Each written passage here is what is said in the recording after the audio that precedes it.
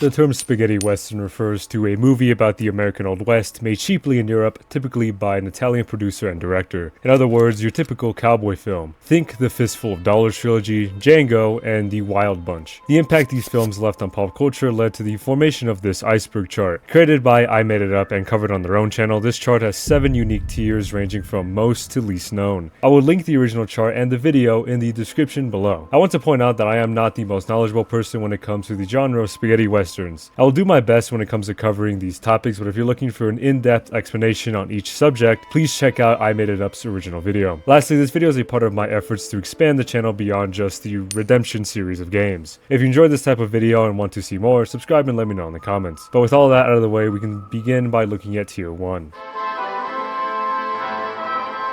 Dollars Trilogy. Probably the most popular piece of spaghetti western media, the Dollars Trilogy is composed of A Fistful of Dollars, For a Few Dollars More, and The Good, the Bad, and the Ugly. Directed by Sergio Leone, these movies star Clint Eastwood as the titular man with no name, who is occasionally referred to as Blondie. These films follow his exploits across the American frontier. The movies, however, share no real overarching story and mostly only have the man with no name as the protagonist. Still, the movies have developed into a classical trilogy beloved by many today. The films were received well when they were initially released in the 1960s. The success of the trilogy would inspire many other directors to create similar stories based on the genre of the West. Sergio Leone. Sergio Leone was an Italian director credited as the creator of the spaghetti western genre. His notable work included the Dollars Trilogy, Once Upon a Time in the West, and Two Partners, a Genius, and a Dupe. His legacy would continue after his death in 1989, inspiring many to create other films in the spaghetti western genre. While we're here, I'd like to mention some of Leone's unfinished productions. If you want to skip ahead, feel free to, but he had about 4 main developments that never saw the light of day. These are A Place Only Mary Knows, Leningrad, The 900 Days, Don Quixote, and Colt. A Place Only Mary Knows would take place during the height of the American Civil War and basically follow 2 different characters from the North and the South. The Southern protagonists would try to find a treasure outside Atlanta after a successful heist with their ex-lover Mary, hence the title. Though it's not really known why this project failed to see any real progress. Apparently they hadn't even written a full script before the project was canned. Leningrad, The 900 Days was a film adaptation of the book by the same name. The film was basically a war epic following an American war photographer that falls in love with a Soviet woman. They attempt to survive a prolonged siege and must hide their relationship. In the end, the war photographer is killed and his lover is informed via the news. Leone set the film's budget as $100 million, but unfortunately died 2 days before signing onto the film. Another director named Alex Cox was meant to replace Leone, but Cox was unable to secure the other $50 million. Don Quixote was meant to be a film adaptation of the novel under the same name. Not much is known about this project other than Clint Eastwood was cast as Don and Eli Wallace was cast as Sancho Panza. Leone only seriously began considering the project near the end of his life, unfortunately. Colt was a proposed TV miniseries based on the Colt revolver as it was passed down from owner to owner. The project was meant to re-envision the genre and portray the Old West like it really was. Leone then abandoned this project in favor of A Place Only Mary Knows. As of right now, Stefano Sollima has picked up the project to continue it. While these 4 projects are the most notable ones, Leone has a lot more cancelled works that never saw the light of day.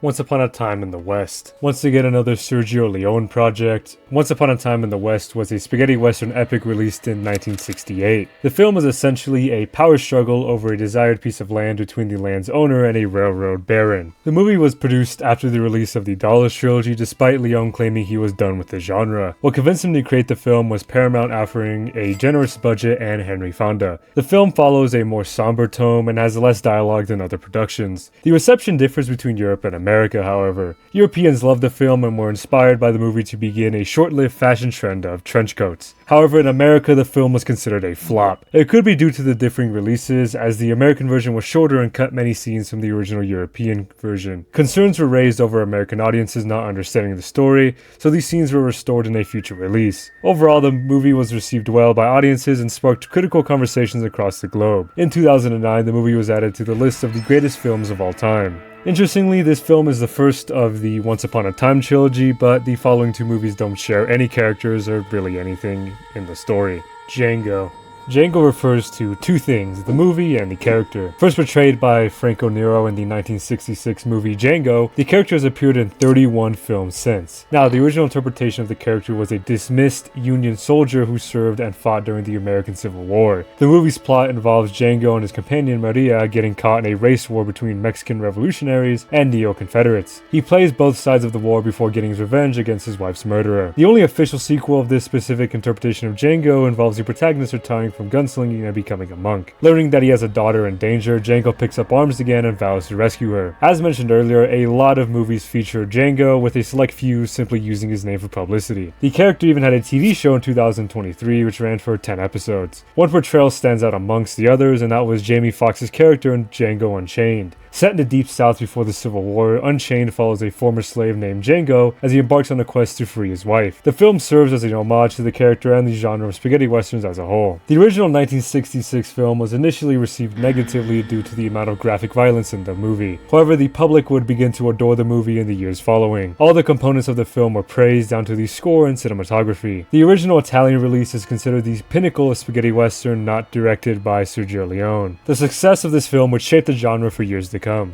Ennio Morricone. I maybe said that wrong, it is an Italian name, but he was an Italian composer whose work was utilized in over 400 productions. He is widely considered one of the most prolific and greatest film composers of all time. In terms of the spaghetti western genre, he composed for the Dollar Trilogy, Once Upon a Time in the West, and Duck, You Sucker. His work includes a lot more westerns and a lot more notable films. His scores have been featured in numerous different genres and films, spreading his influence. His style of composure has inspired many others to create their own unique styles. Many of Morricone's scores have earned awards or special honors. With the amount of accomplishments under his belt, it's clear that his work has been a staple in the film industry. Franco Nero. Franco Nero is an Italian actor best known for his role as the titular Django from the original 1966 film. The immense success of the film led to a career full of notable leading and supporting roles in pop culture. Though he was typecasted in spaghetti westerns due to his role as Django, Nero still managed to provide an impressive range of emotion. After the 90s, Nero began taking less and less roles. This is likely due to age, since as of 2024, he is 83. Notably, in 2012, Nero made a cameo in the movie Django Unchained. Here, his character and Django discuss the spelling of the name. Django declares that the D is silent. Nero's character simply says, "I know," referencing his role as the original Django. Other than this, the entry likely refers to Nero's impact as the character of Django way back in 1966. The Man with No Name. The Man with No Name is the protagonist of Sergio Leone's Dollar Trilogy. Portrayed by Clint Eastwood throughout the 1960s, the man is characterized with his iconic poncho,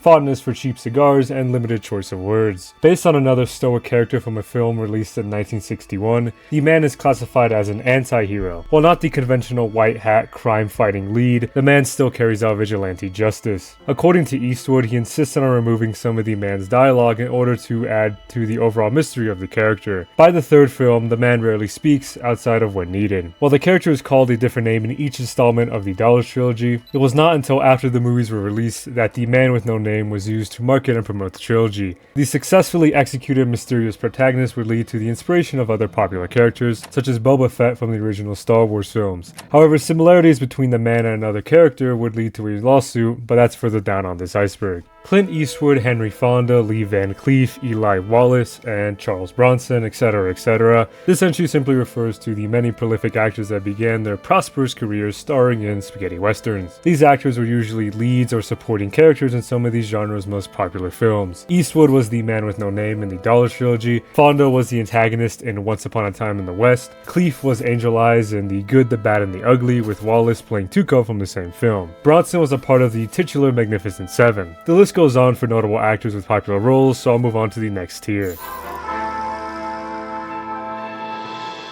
A Fistful of Dollars is a remake of Yojimbo. A pretty common statement about the first installment of the Dollar Trilogy is that it was an unofficial remake of the film Yojimbo. Directed by Japanese filmmaker Akira Kurosawa, hope I said that right, the movie follows a Ronin that wanders into a lonely town in the middle of a dispute between crime lords. The protagonist is a quiet, nameless man who carries a signature weapon.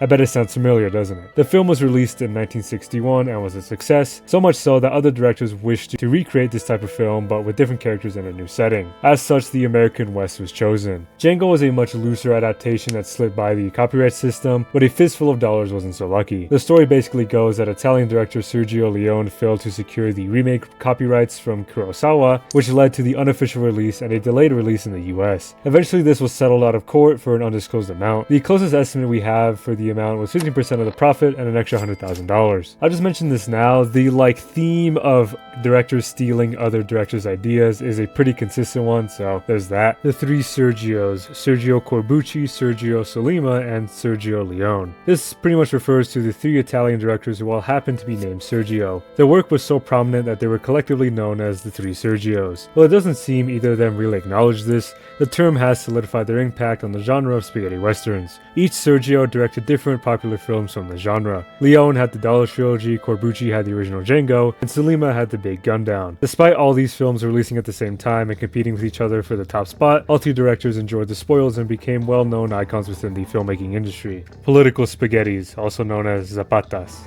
These types of films usually included heavy political messages. They usually take place during the Mexican Revolution as well. The first film that was considered a zapata was the 1966 release A Bullet for the General, directed by Damiano Damiani. The movie is about a guerrilla revolutionary named El Chancho and his friendship with a counter-revolutionary named El Niño. As El Chancho and El Niño grow closer, Chancho realizes that money doesn't matter when compared to a social revolution. It seems that the main characters of zapata westerns were usually a contrasting pair of heroes. One would always be a Mexican revolutionary and the other was an American obsessed with profit. While these types of films were less common in the genre of spaghetti westerns, they garnered relatively good success and served as a leftist commentary in Hollywood's interpretation of the Mexican Revolution. It can also be argued that the criticisms extended to the idea of imperialism as a whole. Mini Hollywood. Mini Hollywood was a few things over the years. It started off as a set for Sergio Leone's A Few Dollars More and was used for a few other films. After filming wrapped up for The Good, the Bad, and the Ugly, the area was bought by the movie's extras and turned into a tourist attraction. Located in Andalusia, Spain, the amusement park features many stunts and recreations of the West, such as Jesse James's final moments. The park is still in business as of 2025, so be sure to check it out if you're interested. Face to Face. Face to Face is a 1967 spaghetti Italian co-production directed by Sergio Sollima. This was Sollima's second film in the genre, following The Big Gun Down, and predates Run Man Run. All these films star Thomas Millian as the main character. In Face to Face specifically, Millian plays a wanted outlaw named Bennett. Bennett and Professor Fletcher form an unlikely partnership where they learn from each other's morality. In the end, Fletcher takes over as leader of Bennett's gang. The film overall has many messages and themes present within the context, such as European fascism and the role of environments and society in shaping one's character. The story was based on Sollima's own experience during World War II. When released, the film received some criticism on the tedious script and the very obvious cuts throughout the movie. Fletcher's character arc was also described as too level. Aside from this, the film was successful in the European box office, and Sollima himself considered this his best production.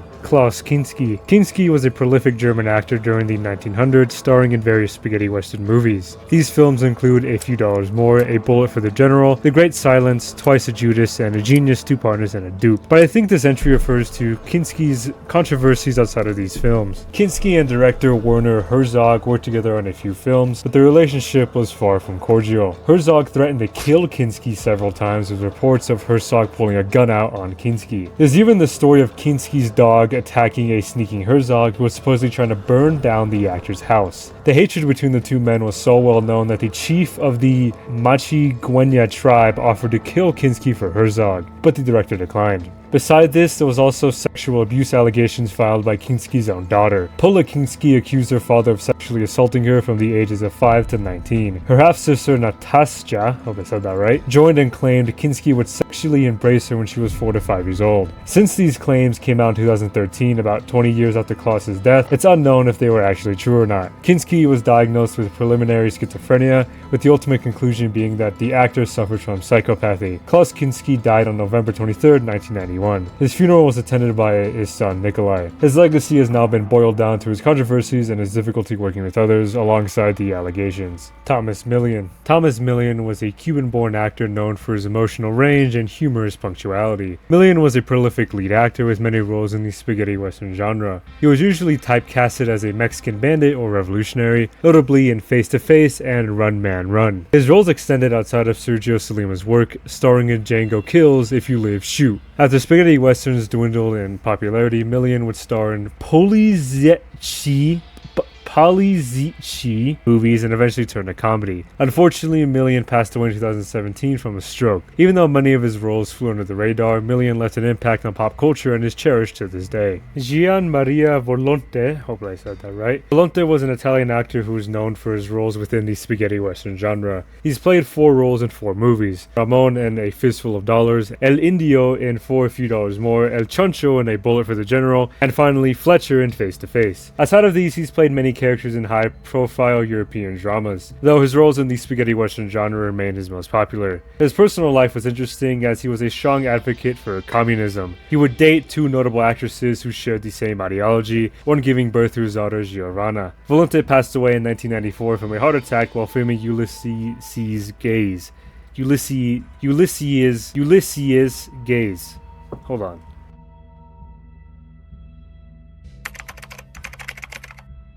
Ulysses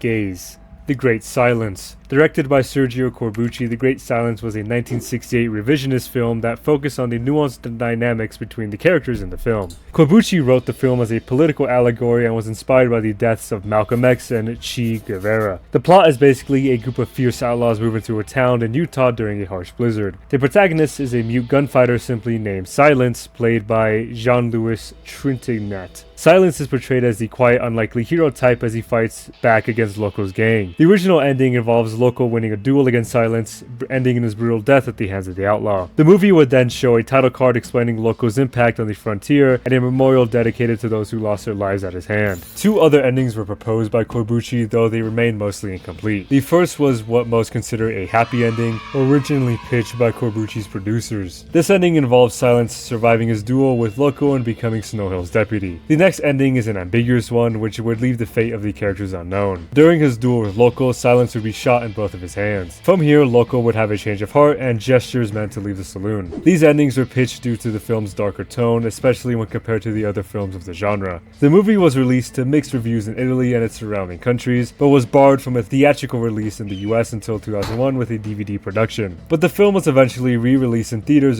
during the 2010s. The film's impact on the genre extended outside of this dark tone, as it subverted the usual expectations of the era. Silence was the typical anti-hero, yet even with all his strengths, he still lost against the main villain. Silence's love interest, a woman named Pauline, was a strong-willed African-American woman. She was strong in her sexuality, adding nuance to the film's themes. Even the setting stood out, as most westerns took place in the hot desert climate. The Great Silence had a very bleak, snowy landscape as its backdrop. The movie now has a cult classic status and stands out as Corbucci's masterpiece. The Mercenary. Another film directed by Sergio Corbucci, The Mercenary was a 1968 Zapata western starring Franco Nero as the lead. The movie follows a traveling mercenary named Sergio Kowalski, also referred as Polak. The film is sort of 2 stories at once, as it covers Polak's past and his present. In the past, he worked with a man named Paco, and the 2 would lead a revolution. However, Paco would betray Polak and the 2 would split. In the present, Polak recognizes Paco at a performance both men were working at. After some scuffling and an extra plot involving the army, both men are forced to team up yet again to survive. In the end, both men go their separate ways, but on mutual terms. The film was released under a different name in the UK, known there as A Professional Gun. It was also going to be directed by somebody else. Gilo Pontecorvo was originally going to direct the film, but it's unknown why he didn't. It seems the movie was received well, but due to the lack of information about its impact, we can assume the movie didn't make waves like other spaghetti westerns did. Compañeros. Yet another Sergio Corbucci film, Compañeros was a 1970 Zapata western buddy movie. The film starred Franco Nero and Thomas Millian as the Compañeros. The film would follow their misadventures during the Mexican Revolution. The movie was released in December of 1970 and was a major commercial success. When releasing the film on Blu-ray, the disc contained 2 separate cuts of the movie. The Italian version featured 119 minutes of uncut footage, while the American version was a bit more edited, 115-minute cut. However, it's unknown if there's much of a difference between these 2 versions. Other than that, the film is considered a staple in the genre. The Big Gun Down. Directed by a different Sergio, this time Solima, The Big Gun Down was a 1967 spaghetti western starring Lee Van Cleef and Thomas Millian in the lead roles. Cleef plays a retired bounty hunter named Jonathan Corbett, tasked with one more job. He must go after a man named Cuchillo, a Mexican man accused of raping and murdering someone's daughter. The movie is about Corbett's journey to capture Cuchillo, but in the end it's revealed that he was innocent. The true culprit was a man named Chet Miller. Corbett and Cuchillo team up to defeat Miller before going their separate ways. The release of the movie was a bit messy to say the least. There were 4 different cuts of the movie, each varying in runtimes and content. The Spanish release cut a chase segment, while the version that played in the UK and the US cut significant aspects of the film. They made the character of Corbett more prone to violence as opposed to his level-headed demeanor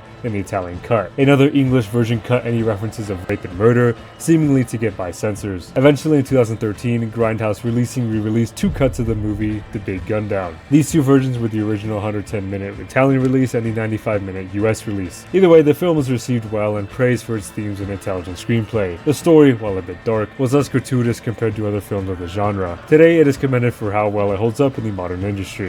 The Good, the Bad, and the Ugly International versus Extended Cut. So this entry refers to the 2 different cuts of Sergio Leone's film, The Good, the Bad, and the Ugly.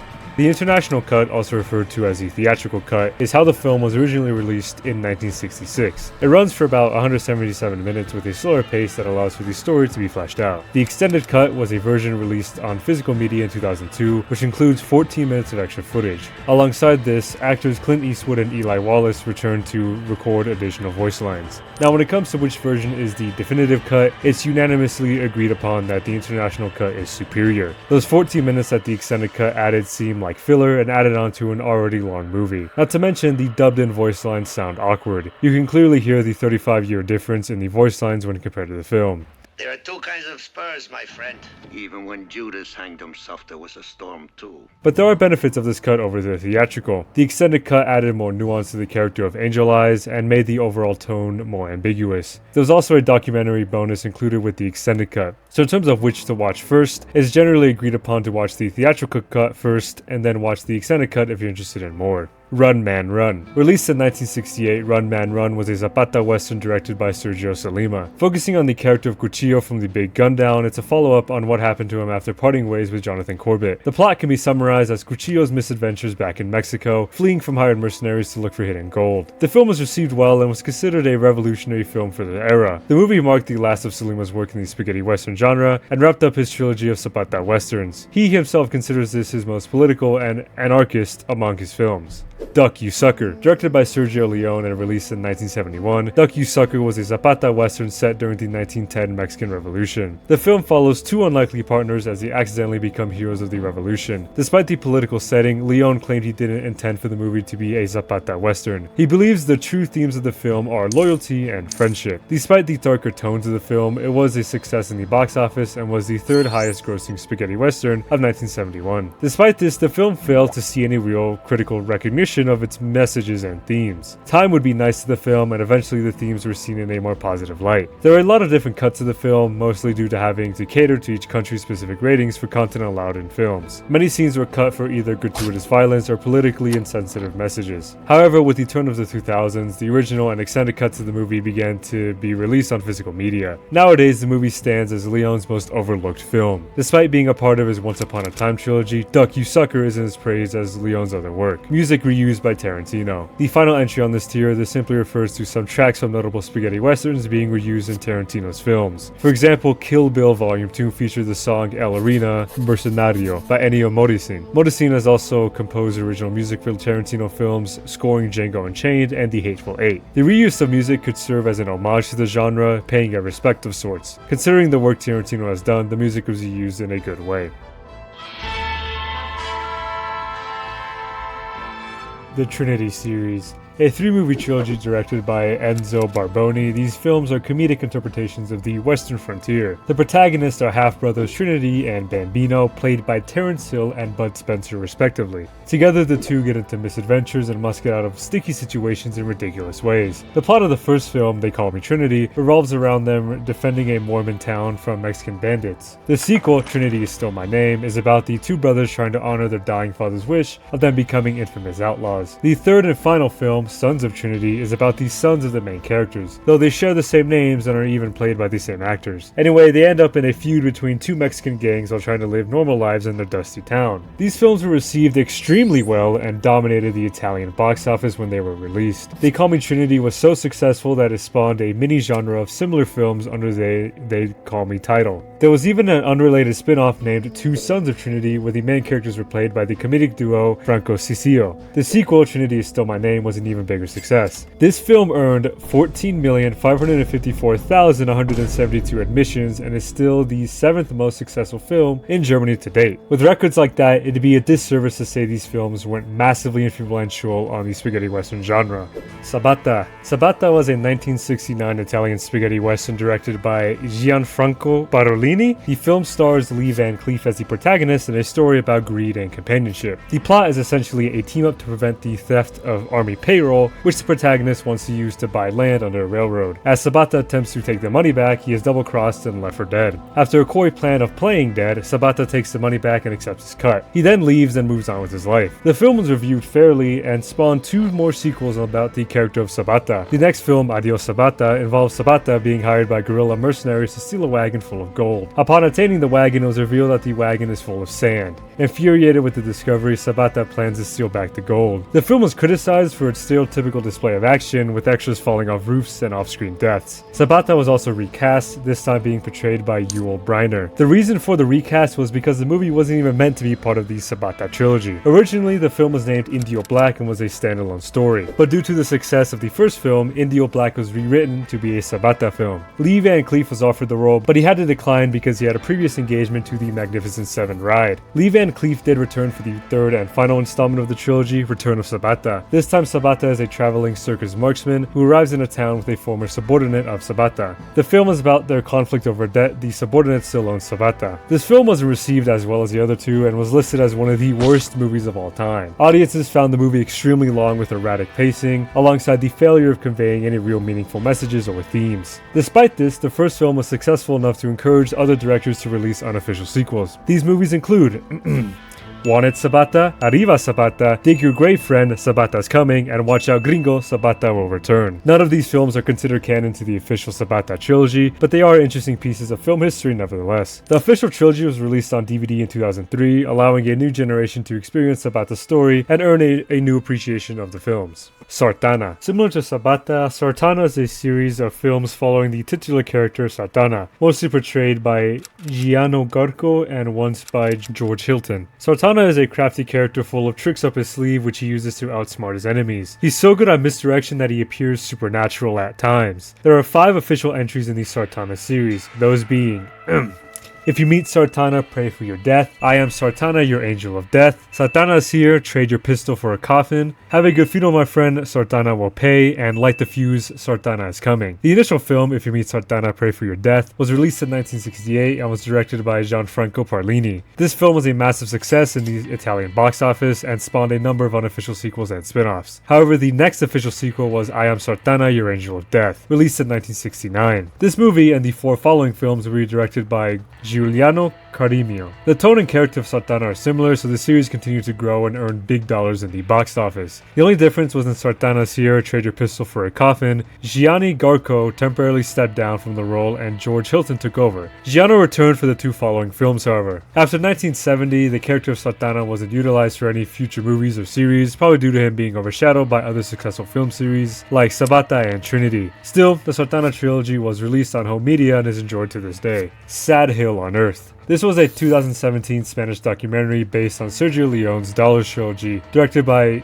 Guillermo de Oliveira. This production features interviews with notable faces in pop culture such as Clint Eastwood, Ennio Morricone, and James Hetfield of Metallica. For some reason, I mean, he's here, I guess. Interestingly, the documentary was shot at a recreation of the set, Sad Hill. This set was the infamous cemetery where Blondie, Tuco, and Angel Eyes had their duel. In fact, the entire documentary is based on the history of the Sad Hill cemetery set. In 1966, about 5,000 graves were planted by the Spanish army in order to be used for the good, the bad, and the ugly. After filming wrapped up, the set was left in the harsh environment. For about 50 years, nature covered up the location. Then in 2015, fans of the film traveled to the area and cleaned up the set in order to restore the location. The documentary is a testament to the dedication fans have to the genre of spaghetti westerns and how the art form has impacted their lives. Comedy spaghettis or fagiolis. Within the larger spaghetti western genre, there is a specific subgenre of comedy films known as fagiolis. I'm going to say fagiolis to avoid accidentally saying the other word. The creation of this subgenre, or at least the popularization of it, is usually credited to Enzo Barboni in 1970. Barboni directed the Trinity series, the first of these comedic westerns. The following years, up to about 1975, saw many versions of these comedic spins on the western frontier. The main actors that were featured in these types of films were Terence Hill and Bud Spencer. Outside of their roles in Trinity, they also played similar comedic duos in God Forgives, I Don't, Boot Hill, and Ace High. The premise of these films is similar. A couple of good friends get into mischief in the Wild West and must save the day. This formula was used throughout the 1970s, but critics quickly grew old of the genre of film. They hated what the comedic spaghettis did to their themes and soundtracks, seeing it as the degeneration of the genre. They also claimed Hill's and Spencer's slapstick comedy was hard to follow and made viewing experiences unpleasant. By the end of the 1970s, the popularity of comedic spaghettis and the genre of spaghetti westerns as a whole began to fade. My Name is Nobody. Following the success of the Trinity series, Terence Hill was hired to act in Tonio Valeri's film My Name is Nobody, released in 1973. Co-starring Henry Fonda, the film was based on an idea by Sergio Leone. The plot is about Hill's character known as Nobody, attempting to recruit Fonda's character, a legendary gunslinger named Jack Beauregard, to take on 150 outlaws. The film ends with Beauregard accomplishing his goal and bids Nobody farewell. The production of this film was tense and led to multiple disagreements. There were supposed arguments that would occur between director Valeri and cinematographer Armando Nannuzzi. Both would direct Fonda in different ways and would constantly clash. This would lead to Nannuzzi leaving the production. More problems arose when filming came to a stop due to the lost costumes for Fonda. Leone and the new cinematographer Giuseppe Ruzzolini came up with a solution of adding a second unit to film different scenes. Leone offered to film these scenes, but Claudio Mancini warned Ruzzolini that this compromise would mean Leone would take credit for these new scenes. In the end, Ruzzolini filmed these parts, including Fonda, while Leone took over Terence Hill's scenes. This would lead to rumors questioning how involved Leone actually was with the production. The production crew and even Leone himself released contradicting statements, adding to the overall confusion. To this day, it's unknown what scenes were filmed by Leone and what scenes weren't. Still, the film was received well and is seen as a fun adventure with the right amount of wit that only an Italian filmmaker could make. A bullet for the general. I already covered the plot in a previous tier, so I'm not going to reiterate, but directed by Damiano Damiani, A Bullet for the General was the first Zapata Western. It was this film that coined the phrase Zapata due to the heavy political themes and Mexican Revolution setting. Like I said, I already went over the plot, I'm not going to repeat myself. The film was revolutionary for the themes and inclusion of Franco Solina's adaptation. Salinas was a Marxist writer known for his screenplays on Salvatore Giuliano and the Battle of Algiers. The political messages within A Bullet for the General are credited to Salinas. Audiences loved the film, claiming the movie perfectly blends tension, action, politics, and history. Gian Maria Volonte's performance stands out as one of the film's highlights and cements this film's place in history. Terence Hill and Bud Spencer, also known as Mario Girotti and Carlo Pedersoli, respectively, these were the actors who starred in the Trinity series. Terence Hill also starred in My Name is Nobody alongside Henry Fonda. The two were first together on set for 1959's Hannibal, but they didn't meet face to face. The first official film together where they actually acted side by side was 1967's God Forgives, I Don't. However, originally they weren't supposed to be the film's star duo. Spencer was supposed to star alongside Peter Martell, but a day before filming was supposed to start, Martell broke his foot. Terence Hill was then brought on board as his replacement. They had such good chemistry on screen that they were both hired to star in They Call Me Trinity. This movie, and its two sequels, brought both actors fame across the globe. They were recognized as the comedic duo in the spaghetti western genre. For the next 20 years, the two would star in multiple projects, some comedic and some more serious. In terms of westerns, their last on-screen duo performance was 1994's Troublemakers. As of 2025, the two are celebrated as legends within pop culture. Unfortunately, Bud Spencer passed away in 2016, but his legacy lives on through Terence Hill and Spencer's family. Ringo series. Ringo is a character that appeared in 1965's A Pistol for Ringo, directed by Duccio Tessari. The film stars Montgomery Wood as the titular Ringo, a self-serving gunfighter tasked with helping free an imprisoned family from a Mexican bandit. Ringo succeeds in the end and frees the captives. The movie was inspired by Sergio Leone's A Fistful of Dollars, in which Tessari helped write. When creating the character of Ringo, he decided to make him an antithesis of Clint Eastwood's Man with No Name. Ringo was a talkative, clean-shaven, and well-dressed fella who preferred milk to whiskey. The film was received well by audiences and was a big hit at the box office. The film stood out in America as it was a better produced movie compared to the B-list flicks that were premiering at the time. Still, the film was cut and re-edited to add a focus on action and drama. The title was changed to Ballad of Death Valley for US audiences, while other countries had Ringo the Killer. As per usual with these popular films based on certain characters, A Pistol for Ringo caused an influx of spin-offs and unofficial sequels based on the character. These sequels include $100 per Ringo, Ringo and Gringo Against All, 2 Ringos from Texas. There was even a musical sequel produced named A Woman for Ringo. However, this movie received extremely negative reviews and was mostly ignored. But back to the official sequels, there was only one directed by Tessari, that was The Return of Ringo, released in 1965. Despite the name, however, there is no correlation between the two films. Even the titular Ringo is a different iteration from his previous movie. This film's Ringo is an American Civil War veteran named Captain Montgomery. He returns to his hometown only to find it overrun, with his family a part of the casualties. He disguises himself as a peasant in order to enact justice and avenge the town. The film was written as a loose adaptation of Homer's Odyssey, with Ringo reinventing himself in the wake of death. Critics enjoyed the film and found it superior to A Pistol for Ringo. Despite the success for the Ringo films, Tessari never created any more official installments of the series. Keoma. Keoma was a 1976 spaghetti western directed by Enzo G. Castigliari and stars Franco Nero as the titular Keoma. The film follows another Civil War veteran named Keoma Shannon as he frees his town from the petty tyrant ruling it. The film was meant to be a sequel to Sergio Corbucci's Django, but Castigliari and Nero discarded the original script. During the production of Django, Castigliari would rework the script and add feedback from the crew. Influenced by the world of Shakespeare and Sam Peckinpah, the final script would become the Twilight Western Keoma became. Even though it seems critics reviewed a heavily cut version of the film, they still enjoyed it and found the story compelling. Another plus was Nero's acting and his interactions with the rest of the film. Due to the 1976 release and dwindling population of spaghetti westerns, Keoma was a mild success in the global box office. Although it's worth noting, Keoma is considered one of the better spaghetti westerns released during the Twilight period. Louis Bacalov and other composers. This entry simply refers to the many composers whose work is used in many spaghetti westerns.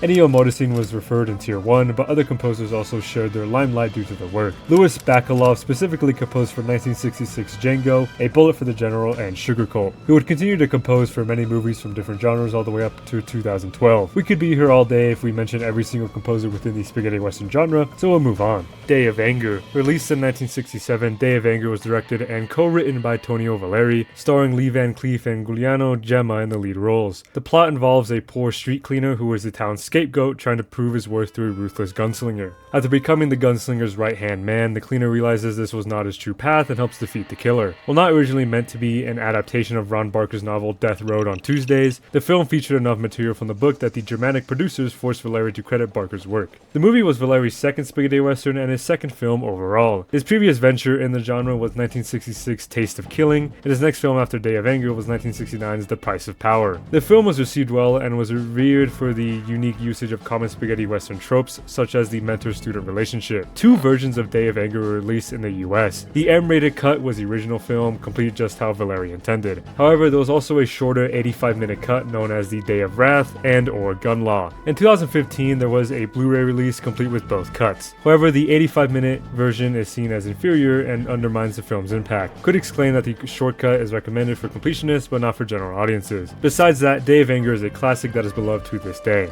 Death Rides a Horse. Directed by Giuliano Petroni, this film was a 1967 release starring Lee Van Cleef and John Philip Law. The plot centers around a young man named Bill and his quest for revenge. Bill's family was assaulted and murdered in front of him when he was young, forcing him to grow up to be a proficient gunfighter. On his journey, he meets an experienced outlaw named Ryan. Together, the two team up to defeat the bandits that killed Bill's family. However, it is revealed that Ryan was involved with the gang that was the perpetrators. They killed the family. Instead of killing Ryan, Bill lets him live and rides away into the sunset. This film is identified as a partnership movie alongside Day of Anger due to the relationship between the two protagonists. The screenplay was written by Luciano Vincenazzi, who initially wanted Sergio Leone to direct this film, but the two fell out and Petroni was brought on instead. The film was received well, utilizing less gimmicks compared to other spaghetti westerns, but critics didn't like the constant use of flashback sequences even if they were crucial to the plot. Other than that, Death Rides a Horse followed the usual formula of the genre and was overshadowed by other popular films of the era. Enzo G. Castigliari. Enzo G. Castigliari was an Italian director, screenwriter, and actor. Throughout the early 1960s, Castigliari would direct spaghetti westerns uncredited. One movie he directed without credit was A Few Dollars for Django, released in 1966. His first work that was actually under his name was 1967's Payment in Blood, also known as Renegade Riders. From the late 1960s to the early 70s, Castigliari would direct a few more spaghetti westerns, though he would transition to crime dramas and comedies in the following 80s. Castigliari's work has been revered and adored by fans worldwide, earning him an award at the 2014's Almeria Western Film Festival. He's retired from the industry as of 2025, but his work will continue to inspire generations of directors. Giuliano Gemma. Another prevalent actor, Giuliano Gemma, was active during the 1960s as a stuntman and then actor. His debut role in spaghetti westerns was playing Ringo in 1965's A Pistol for Ringo. He would continue to act in the genre for a few more films, such as Blood for His Silver Dollar and Day of Anger. But as the spaghetti western genre died out and popularity was diminishing, Gemma would continue to act on Italian TV. He stayed in the industry all the way up until 2012, in which he played his final role on Woody Allen's To Rome with Love. Unfortunately, just a year later, Gemma would pass away in a car accident. Still, his legacy lives on through his work in film and television. Twilight Spaghettis. Following the peak of spaghetti westerns throughout the 1960s and early 70s, the genre would begin to dwindle as mainstream audiences began to grow tired of the same formula. While a few unique movies would release here and there, it wasn't enough to keep the genre afloat. This era of film was known as Twilight Spaghettis. These movies were an attempt to reinvent the genre. The Trinity series would use humor, two partners, a genius and a dupe was a crime drama, and Keoma used the nuanced, mysterious protagonist. What most Twilight Spaghetti shared was the thick atmosphere. In order to appeal to a new audience, the films utilized a darker and grittier tone. But by the early 1980s, productions came to a halt as there wasn't a profit to be made anymore. That didn't stop a few directors from attempting to revive the genre, such as Michael Lupo's 1981 comedy Buddy Goes West, 1981's Spanish-American co-production Coming At Ya, and Nello Rossetti's Django Strikes Again, released in 1987. In the end, this effort to transition the genre seemed to only push audiences away. Many found these films too overdramatic and graphic, contributing to the death of the genre. God Forgives, I Don't. Released in 1967, God Forgives, I Don't was Giuseppe Colizzi's first film in his untitled trilogy. This film was also the first time Bud Spencer and Terence Hill would share the screen as a duo. The plot is about two partners named Hutch Bessie and Cat Stevens as they attempt to steal back their gold from an outlaw named Bill San Antonio. In the end, they succeed and enjoy their spoils. Originally, Peter Martell was supposed to star alongside Bud Spencer, but Martell injured himself the day before shooting and was replaced by Terence Hill. The film was produced under the working name The Dog, the Cat, and the Fox. However, the name was changed to God Forgives, I Don't for the actual release. This didn't stop the UK cut from being renamed to Blood River. Despite being the highest grossing film of 1967, critics panned the film for its poor pace and tedious humor. They also found the action drawn out, emphasizing the lack of any real plot. Even so, audiences still enjoyed the film for its contribution to the beginning of Bud Spencer and Terence Hill's career as a duo. Django Kill If You Live Shoot. One of the many unofficial sequels based on the original 1966 film Django, Django Kill If You Live Shoot was directed by Giulio Questi and starred Thomas Millian as the protagonist. The film follows Million's character, dubbed the Stranger, on his quest for revenge against his crew of bandits that betrayed him during a gold heist. In the end, the Stranger accomplishes his mission and rides away. Despite including Django in the title, there is no mention of the character in the film. This was likely just an attempt to cash in on the popularity of the character. The release of the film was messy, as a week after the initial release, the film was withdrawn for its graphic violence. The original 117-minute long movie was cut down to 95 minutes. This cut version would go under many names around Europe. The film was named Oro Maldito in Spain, Oro Haldito alongside Gringo Ucidi in Italy. In the UK, the film was released with the tagline Terror from the Depths of Hell. The reason for this was due to the movie's insane, unconventional editing. Most critics claim that the combination of the intense violence and borderline terrifying scenes made this one of the most bizarre films released in Italy. It is one of the few spaghetti westerns identified as an acid western. The best description I can give of this subgenre was that it essentially distorted the conventional spaghetti western formula through ways that can only be expressed by taking copious amounts of LSD. In Django Kill If You Live Shoot, the elements of an acid spaghetti are definitely present. I'm not going to go in depth, but I'll list off some things that I found batshit when I was researching. So, during an argument between two men named Templar and Alderman, the Templar's daughter is aroused by the situation. Angered, a man named Evans destroys her clothing. Then, after the Stranger and his allies party too hard, Evans kills himself. So when the stranger is trying to get his gold back, Alderman invites him to his home and encourages the guy to have an affair with Alderman's half-mad wife named Elizabeth, who is locked in the bedroom for some reason. After the townspeople betray the stranger, they crucify him and torture him with vampire bats, but he is freed by Native Americans, which allow the stranger to ride a horse rigged with dynamite into goons who tied him up. Finally, Elizabeth burns down her home, which had the gold inside. Alderman attempts to retrieve the gold but is scorched by the molten metal. In the end, these two are killed by boiling gold. There were more insane moments in this film, but I'm sure you get the picture at this point. Recurring actors. This entry refers to the many roles spaghetti western actors played. This could also reference the act of typecasting, such as Lee Van Cleef being notably casted as an older, rugged villain in most spaghetti westerns. He was the bad in Sergio Leone's The Good, the Bad, and the Ugly, Frank in Day of Anger, Ryan in Death Rides a Horse, and many, many more roles. In terms of actors with the most roles in the genre, Lee Van Cleef is within the top 3. Klaus Kinski and Terence Hill can be considered within this top 3, but there are many other actors with the number of roles reaching double digits. While many of these roles have fallen flat, it was their determination to continue acting that led them to stardom. Lucio Fulci. Lucio Fulci was a prevalent Italian director, actor, and screenwriter. Notable for his comedies and spaghetti westerns, he was active in many genres throughout the 50s and 60s. In terms of his westerns, he only produced about 3. He directed 1966 Massacre Time and made uncredited contributions to the scripts. The movie seems to be an original Django spin-off, meaning the name of the character was included despite not being an official sequel. Fulci's next film within the genre was 1969's A Bullet for Sandoval. This film follows a Confederate soldier as he deserts the army for his sick, pregnant lover. This movie was received well, as audiences enjoyed double motivation stories, but other than that, the film didn't gain much popularity. Fulci's final venture in the spaghetti western genre was 1975's Four of the Apocalypse. We'll get into that a bit later, but the success of Fulci's spaghetti westerns can be credited to his roots in Italian horror. His usage of graphic imagery and intense gore made these movies stand out against other tamer westerns. While this dismayed critics from promoting his work, Fulci's films survived through the cult-like following the movies had developed. He passed away in 1996, cementing his legacy as an Italian director.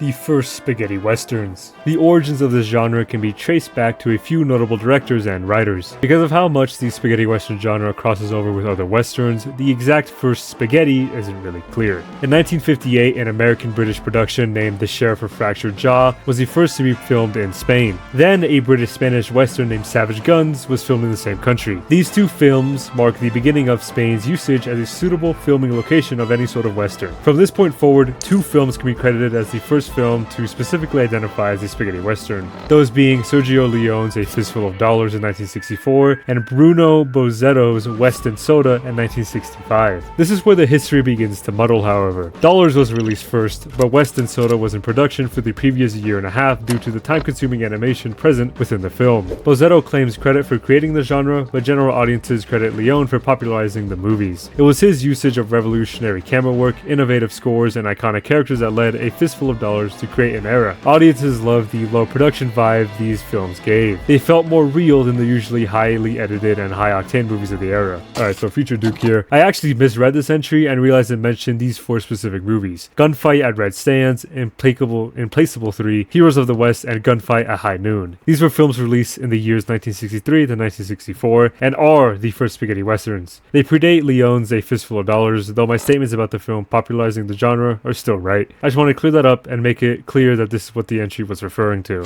Rip-offs and renames. It's almost fitting that a genre based on outlaws and thieves would have numerous rip-offs of other films. The most popular one is A Fistful of Dollars, which was an unofficial remake of the 1961 film Yojimbo. But at least Dollars did something new with the material, such as a new setting and new characters. Within the spaghetti western genre, a lot of ideas were stolen. The success of Clint Eastwood's portrayal of the man with no name would lead to the creation of other attempts at a mysterious anti-hero. Actors such as Franco Nero and Terence Hill would portray these types of characters. Nero played Django in 1966, and Hill played Cat in 1967. The plot of spaghetti westerns usually revolved around the protagonist swindling an outlaw gang in order to further their own goals. Movies such as A Pistol for Ringo, Blood for a Silver Dollar, and Payment in Blood involved this type of plot. But the copying went further than just taking inspiration from A Fistful of Dollars. Django alone spawned over 30 unofficial sequels, which included nothing about the the original character, except for his name. Sometimes the name wasn't even mentioned within the film, only in the title. So in terms of integrity within the spaghetti western genre, it was non-existent. Django Prepare a Coffin. Speaking of unofficial sequels, Django Prepare a Coffin was a 1968 production directed by Ferdinando Baldi. The film stars Terence Hill as the titular Django. This was his second role within the spaghetti western genre, following the 1967 release God Forgives, I Don't. Initially, Nero was meant to play Django, as he did in 1966, however the role went to Hill instead. This movie was even produced by Mano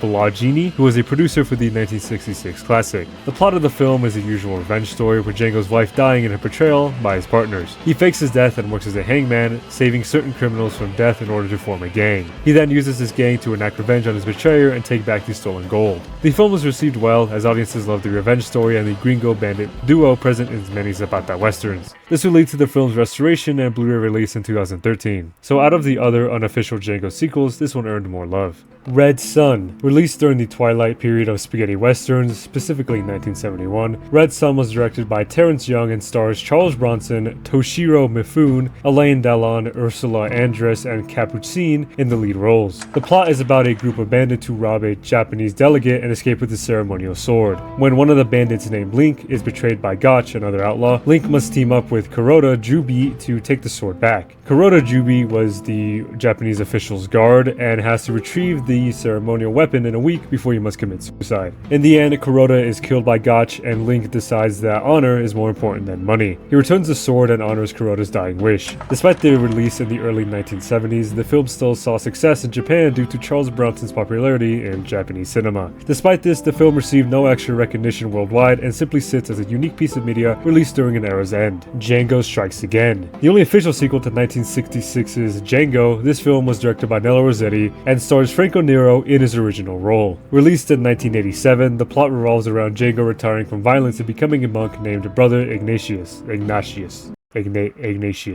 Upon learning he has a daughter in danger by the ruthless warlord known as El Diablo, or Orlowski, Django takes up arms again and sets off to strike Orlowski down, ensuring the safety of his daughter and her fellow children. The film was produced alongside Duccio Tessari's Tex and the Lord of the Deep in an attempt to revive the spaghetti western genre. Sergio Corbucci was supposed to help direct Django Strikes Again in order to ensure this revival, however Tex was a commercial flop and failed to really reignite anything. This led to Corbucci pulling out of Django's production. Later in 2012, Nero stated that this film fell a bit flat and he was not happy with the film. This didn't stop directors and screenwriters from attempting to create another sequel, Django Lives. Following 1987's Django Strikes Again, this threequel was a proposed 2016 project that would feature Franco Nero as Django once again. This adventure in the West was to be named Django Lives, set 50 years after the original. The project was meant to be directed by John Sayles, so it seemed to be in good hands. However, it's been 8 years since this announcement and it's been total radio silence. It's safe to assume the sequel won't be releasing anytime soon.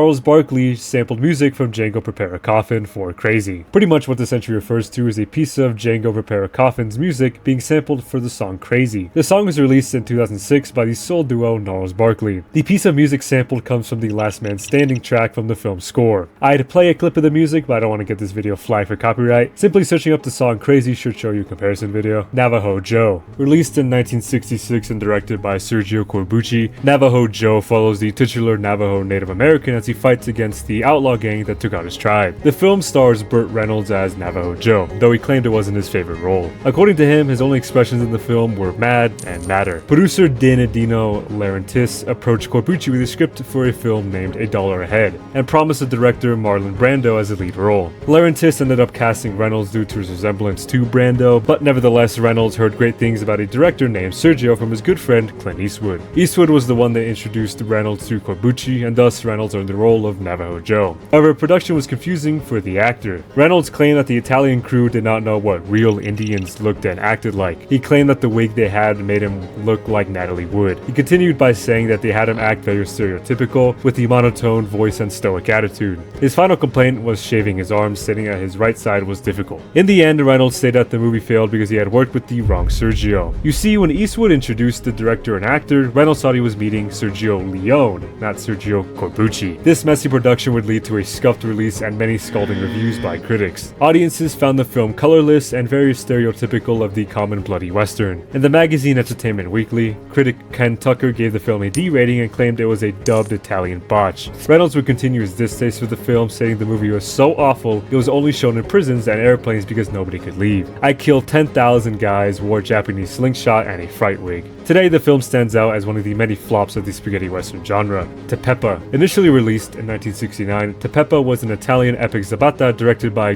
Giulio Petroni. The film stars Thomas Millian and Orson Welles in the lead roles. Following the usual Zapata formula, the film centers around an English doctor's revenge against the titular Mexican outlaw Tepeppa. The doctor, Henry Price, hunts down Tepeppa in order to avenge his loved one's rape and suicide. In the end, the outlaw is killed, but the revolution continues. The production was very hostile, much to Petroni's dismay. Millian and Welles seem to not be able to separate the roles from reality. Millian idolized Welles, but despite this, Welles called him a dirty Cuban. The film was released under 3 different names. Tepeppa and Blood and Guns were used internationally in most countries, while in Spain the film was known as Tepeppa Viva la Revolucion. The film wasn't received well despite Millian's performance. To this day, Tepeppa is mostly enjoyed by hardcore fans of the genre. Bernard Grant and dubbing. Many spaghetti westerns were released in their native language, meaning audiences in other countries would find it difficult to understand the plot. In terms of English-speaking countries, Bernard Grant dubbed over many characters in Italian movies. He was the regular voice for actors Marcello Mastroianni and Gian Maria Volonte in the films A Fistful of Dollars for a Few Dollars More, Bandits in Milan, and A Bullet for the General. Grant's voice was also featured in The Good, the Bad, and the Ugly and Danger Diabolic. Other than that, Grant was featured in much media beyond soap operas. 4 of the Apocalypse. I briefly mentioned this film in the entry about Lucio Fulci, so let's get into it. Released during the genre's twilight period, 1975's For the Apocalypse follows 4 survivors of a brutal massacre as they must survive Utah's harsh residents. This film was the first time Fulci and cinematographer Sergio Salvati worked together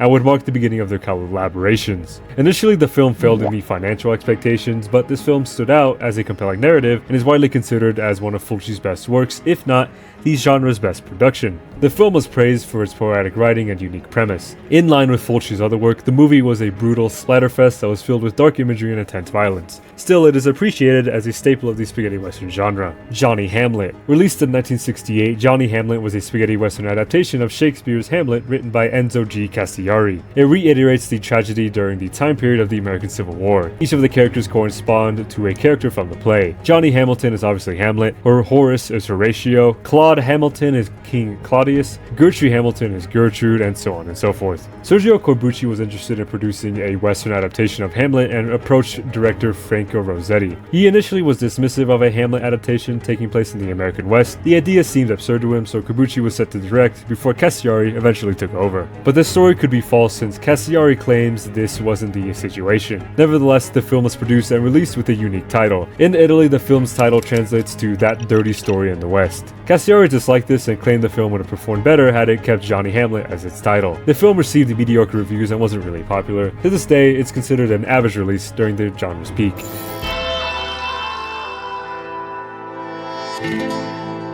Recurring actresses. Similar to the entry about recurring actors, this one focuses on the female side of that spectrum. There were many female characters within the spaghetti western genre that solidified their legacy in film. Erica Blanc, Ida Galli, Mariana Koch, Diana Loris, and Claudia Cardinale are just a few of the famous actresses of the genre. Cardinale was the first actress to play a character that was central to the plot inside of a side character. Her role as Jill in Sergio Leone's Once Upon a Time in the West was what inspired many other directors to implement strong women characters in their films. In terms of recurring, it seems that Erica Blanc had the most lead roles, acting in Blood at Sundown, Shoot Gringo Shoot, and Sartano's Here, Trade Your Pistol for a Coffin. While most of these actresses had their minor and lead roles, Blanc holds the title for the most recurring roles.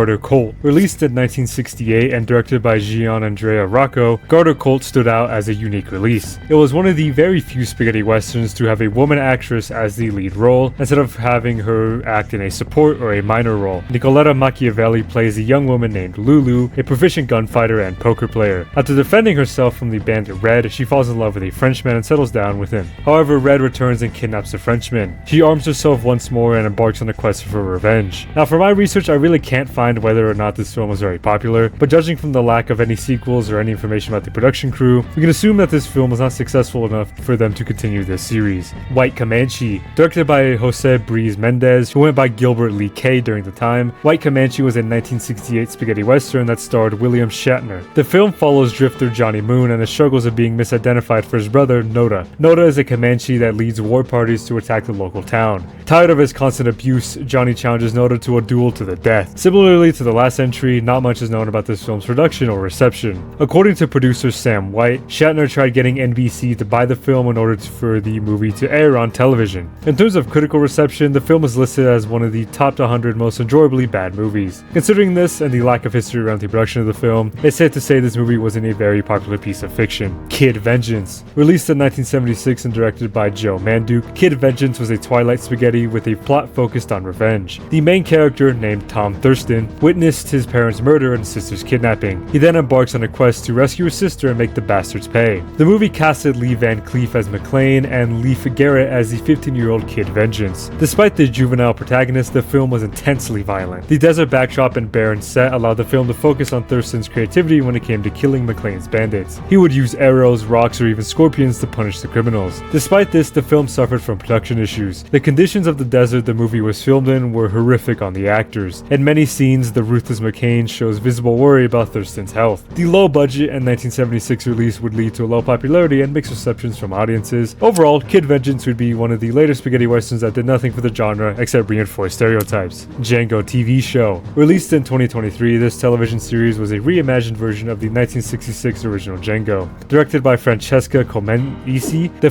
TV show ran for 10 episodes and premiered on Canal Plus. Taking place between the 1860s and 70s, it follows Django as he drifts into a new town. 8 years prior, his family was murdered, yet Django believes his daughter Sarah survived the encounter, and his suspicions are proven right. Not wanting to abandon his daughter and wanting a real connection, he stays in the town despite the apparent danger following him. Despite the stacked cast of Matthias Schoenaerts, Nicholas Pinnock, Lisa Vicari, and Noomi Rapace, the show received mediocre reviews. Audiences found it pretentious and a little too dependent on silent pauses and flashbacks. A major complaint was the jarring differences in accents between actors. Viewers found it distracting. Currently, the show sits at a 4.7 out of 10 rating on IMDb. Considering it ended about a year and a half ago, these reviews probably won't change. Giancarlo Santi. Giancarlo Santi was a prevalent second unit director during the 1960s and helped Sergio Leone with many of his productions. Notably, Santi helped Leone with The Good, the Bad, and the Ugly and Once Upon a Time in the West. Leone even chose Santi to direct Duck, You Sucker after its original director was fired. However, this decision was rejected by the American production behind the film, forcing Leone to do it himself. In 1972, Santi would make his full-fledged directorial debut with the film The Grand Duel. As mentioned earlier, this was director Giancarlo Santi's first film as the first unit. He used his experience helping Leone on spaghetti westerns to create this film. Casting Lee Van Cleef as the protagonist, it follows a sheriff as he seeks justice for a man falsely accused of murder. The Grand Duel is the production's American title, but the movie was also titled Storm Rider and the Big Showdown. The film was received well considering the later release and the use of the older and gunfighter duo cliche. Coincidentally, this was Lee Van Cleef's fourth time playing the older partner. Overall, the film was received well. Audiences enjoyed the narrative and the soundtrack, as well as Van Cleef's stellar performance. In the 2000s, the film was released on physical media under the American title. One release was a double feature with Keoma, utilizing Blu-ray features. To this day, the film is considered an underrated masterpiece within the spaghetti western genre. Tex and the Lord of the Deep. Directed by Duccio Tessari, this film was a 1985 production that was an adaptation of the popular Italian comic series Tex. The Tex comics were first released in 1948 and inspired many Italian artists for the following decades. So when the spaghetti westerns began to fade in popularity during the 1980s, Tessari attempted to revive the genre with his Tex adaptation and worked alongside Nello Rossetti on his film Django Strikes Back. Tessari wrote Tex and the Lord of the Deep as a television pilot, hoping the production would be received well and spark interest in a fully fledged TV show. But instead he switched gears and made the production into a film. It was released in theaters in 1985 and audiences hated it. Reviews of the film stated that the story was all over the place and acting was stiff. They found the entire film generic and uninspired. Giuliano Gemma, who starred as Tex Willer, said the idea of the film was interesting, but the scriptwriters chose the wrong stories to adapt. Audiences also found the adaptation to be too accurate. Basically, instead of translating comic panels into a cohesive narrative, the production decided to focus on adapting panels one-to-one. All this would lead to a very messy release and the cancellation of the proposed television series. Despite its faults, Texan: The Lord of the Deep was an honest attempt at reviving a genre many loved. A reason to live, a reason to die. Released in 1972 and directed by Tonio Valeri, the film follows Union Colonel Pembroke and his attempts to recapture Fort Hallam. He enlists the help of prisoners and promises their freedom in exchange for their service. In the end, most of the group is killed during the siege. The colonel takes over the fort and saves himself from a court-martial. The film stars James Corbin, Bud Spencer, and Telly Savalas as the lead roles. Originally, the film was produced under the title Massacre at Fort Hallam, but this was changed for unknown reasons. Two different English cuts were released to audiences. One was a shorter version featuring Corbin dubbing his own lines. The longer cut, however, had a completely different voice acting cast and even changed the music. Some of the soundtrack borrows songs featured in Day of Anger, but nevertheless, the film was received well and enjoyed big box office returns. Audiences enjoyed the infiltration element present in the plot. This popularity would lead to a release on home media featuring an uncut extended version of the film. But as of 2025, this DVD is out of print and hard to find. Still, A Reason to Live, A Reason to Die stands out as one of the better spaghettis. The Fighting Fist of Shanghai Joe. Released in 1973 and directed by Mario Caiano, The Fighting Fist of Shanghai Joe was one of those Twilight spaghettis that tried something new. The protagonist, played by Chen Li, is a Chinese immigrant who fights racism with his sick kung fu. Helping him fight the terrors of social commentary are a cannibal, a scalp hunter, and a martial artist champion named Mikuja. Little is known about the production and the crew, but the film was released under a few different names. US audiences enjoyed To Kill or to Die and The Dragon Strikes Back. They found the film enjoyable, but only because it was laughably awful. The characters were two-dimensional stereotypes, and the antagonists of the film were defeated rather quickly. Still, people enjoyed the film enough to warrant a 2009 physical home media release. Today, the film is enjoyed as a comically bad production rather than an artistic endeavor. Bullets Don't Argue. Pretty much one of the first spaghetti westerns, Bullets Don't Argue was released in 1964 and directed by Mario Caiano. The basis of the film is basically a sheriff who must stop two bank robbers on the day of his wedding. Produced by Jolly Film, this film was a big budget spectacle that was expected to be a massive hit. The lead actor, Rod Cameron, was more popular than Clint Eastwood in 1964, so Jolly Film poured many resources into Bullets Don't Argue in order to create a masterpiece. However, in retrospect, the film was definitely not the smash hit the producers were expecting. Audiences found that the movie lacked any real depth and fell flat on most fronts. Still, they appreciated the attempt at an early Euro Western. Buddy Goes West, also known as the last spaghetti Western. As the entry suggests, it's commonly stated that 1981's Buddy Goes West was the last spaghetti Western. Directed by Michelle Lupo, the film follows Bud Spencer's character Buddy and his attempts at stopping a gang from harassing the local town. Audiences found the film relatively funny with a few issues here and there. They disliked the erratic plot and the stereotypical Native American sidekick. The movie didn't really stand out and was an average release. Now, in terms of the final spaghetti western, it's not really the last. So as discussed on this iceberg, the genre is split into three parts. From the early 60s to 70s is what people call the classic era, the usual anti-hero dealing out vigilante justice. But from the 70s to the early 80s, this became the Twilight era, where the genre became more dark and gritty in order to draw audiences back in. After the 80s, the genre resorted back to comedies or neo-westerns. Now, if I had to say what the last classic spaghetti was, I'd probably nominate My Name is Nobody. The film used the usual partnership trope for its plot and performed well in the box office. My guess for the final Twilight spaghetti would probably be 1978's China 9, Liberty 37. I haven't talked about it on this iceberg, but the plot is basically about this gunslinger who's about to be hanged by a railroad company, but is released if he agrees to murder a stubborn landlord.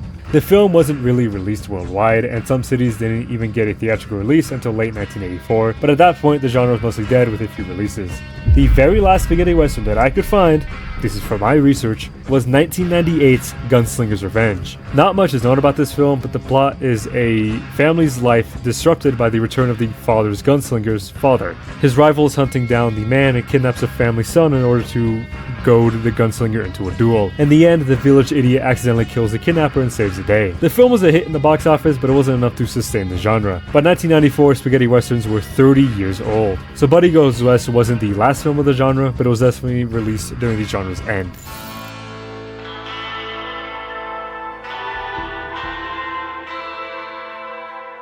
Sean Flynn. Sean Flynn was a prevalent actor and eventual photojournalist. In terms of acting, he only starred in 2 spaghetti westerns. Those roles were Timothy Hollister in 1966's Seven Guns for Timothy and Jimmy/Ringo in Sharpshooting Twin Sisters, released in the same year. These films performed relatively well, but Flynn would grow bored of acting. Wanting more out of life, he would begin to travel the world and become a photojournalist. His career would last throughout the 60s and into the early 70s. However, this new turn in life would be cut short. On April 6, 1970, Flynn and a few other photographers were in a press conference in Saigon, Vietnam. Having heard reports of a makeshift military checkpoint on a local highway manned by the Viet Cong, the group would move out to capture the event. Upon arriving, Flynn and another photojournalist named Dana Stone would attempt to approach the Viet Cong for an interview. Instead, the soldiers seized them and marched the two into the far tree line. Both of these men were never seen again. For the next few months, many other photojournalists were kidnapped by the Viet Cong. In June 1970, there were reports that 25 photographers were missing. According to these reports, 3 were killed and many were left missing, with only a few being returned to their families. In terms of Stone and Flynn's fate, it's not really known. According to a few reports and rumors,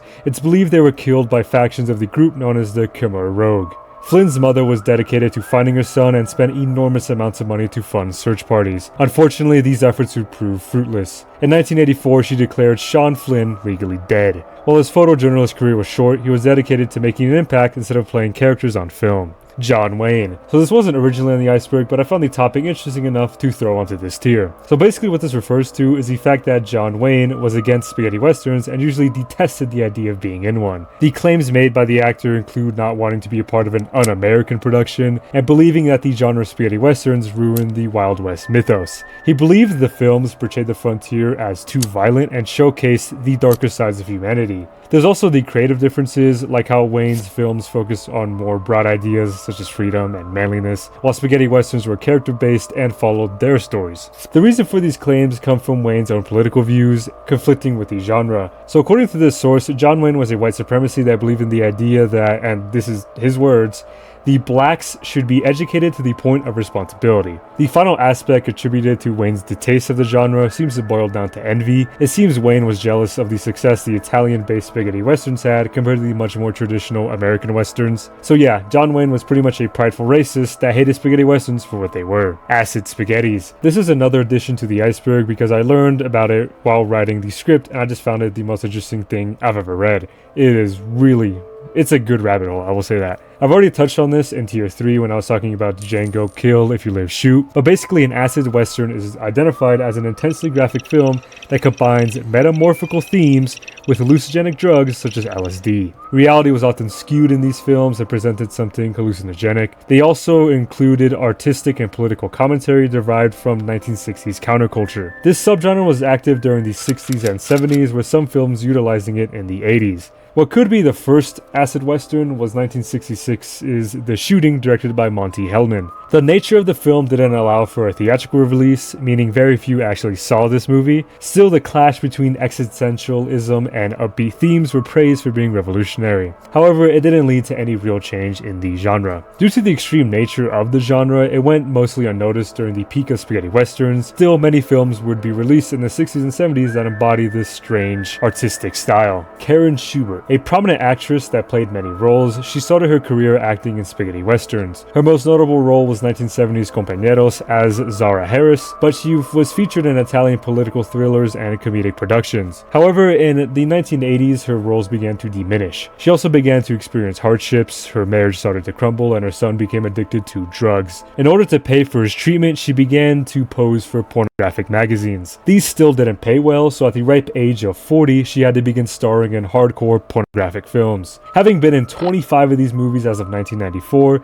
she retired and attempted suicide twice. Her first attempt involved her taking barbiturates mixed with vodka. She was saved by her neighbors, but 2 years later they rescued her again. They found Schubert unconscious in her car, attempting to suffocate herself via carbon monoxide poisoning. While the spaghetti western genre has given fame and fortune to many, it also led others down a dark rabbit hole. There haven't been any updates on her health recently, so hopefully she was doing much better now. Al Murdoch's suicide. Al Murdoch was an actor featured in Sergio Leone's The Good, the Bad, and the Ugly, and Once Upon a Time in the West. During the production of Once Upon a Time in the West, specifically May 1968, Murdoch would leap from his hotel's balcony. He was still dressed in his costume for the film and plummeted to the ground. According to some, he passed the window of screenwriter Mickey Knox and production manager Claudio Mancini. Murdoch miraculously survived the fall, but suffered from a broken rib piercing his lung. He would then pass away soon after. Interestingly, it was reported that Sergio Leone shouted, "Get the costume, we need the costume," before Murdoch could be taken by the ambulance. In terms of why Murdoch would take his life, that is unknown. All we can do is pray he rests peacefully. Claudio Camaso. Claudio Camaso, also known as Claudio Volonte, was an actor that was active in the 60s and 70s. He was a younger brother of Gian Maria Volonte and first started acting because he wanted to follow his older brother's footsteps. Camaso would notably star in 1978's Vengeance, directed by Antonio Margheriti. Afterwards, he would take roles as supporting characters in westerns. Camaso had a controversial past. In his younger years, he was part of many neo-fascist movements. He would commit many acts in the name of loyalty to the party, such as planting bombs and establishing militias. Even in his adulthood, he would be targeted by authorities for suspected acts of terrorism. While performing in 1965's The Deputy, he would be arrested by the police for supposedly planting a bomb in the side entrance to the Vatican City. He was acquitted due to the lack of evidence, but in August of 1977, Camaso would be arrested for stabbing a man to death while under the influence of alcohol. This event was witnessed by his ex-wife and daughter. On September 16th of 1977, Camaso would hang himself in his cell. Certainly a troubled man, his legacy would forever be tainted due to his political beliefs and final acts in life.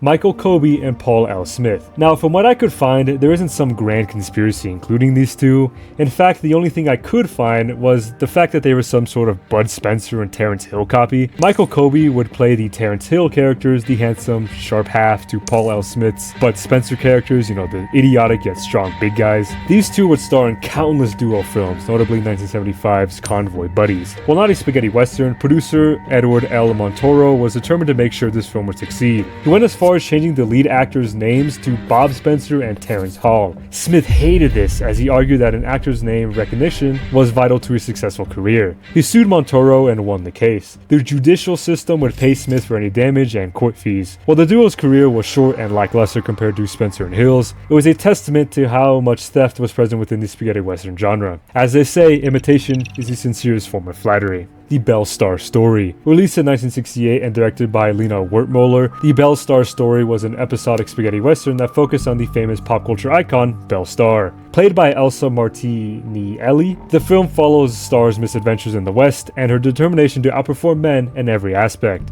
A major plot point is Star's bank robbery heist with an on and off again lover known as Larry Blackie. The film's production was unique for the era as it was the only spaghetti western to be directed by a woman. Lena Wertmuller, who directed under the pseudonym Nathan Witch, replaced the original director Piero Cristofani. Having Martinelli in their lead, it was one of the first few spaghetti westerns that stars a woman in the title role. The film was received relatively well, with many enjoying the strong female lead. The episodic plot was seen as a bit poorly paced by some, but overall it made the film an enjoyable experience. While not the most unique western in terms of plot and setting, the production was what set the Belle Star Story apart from the other films.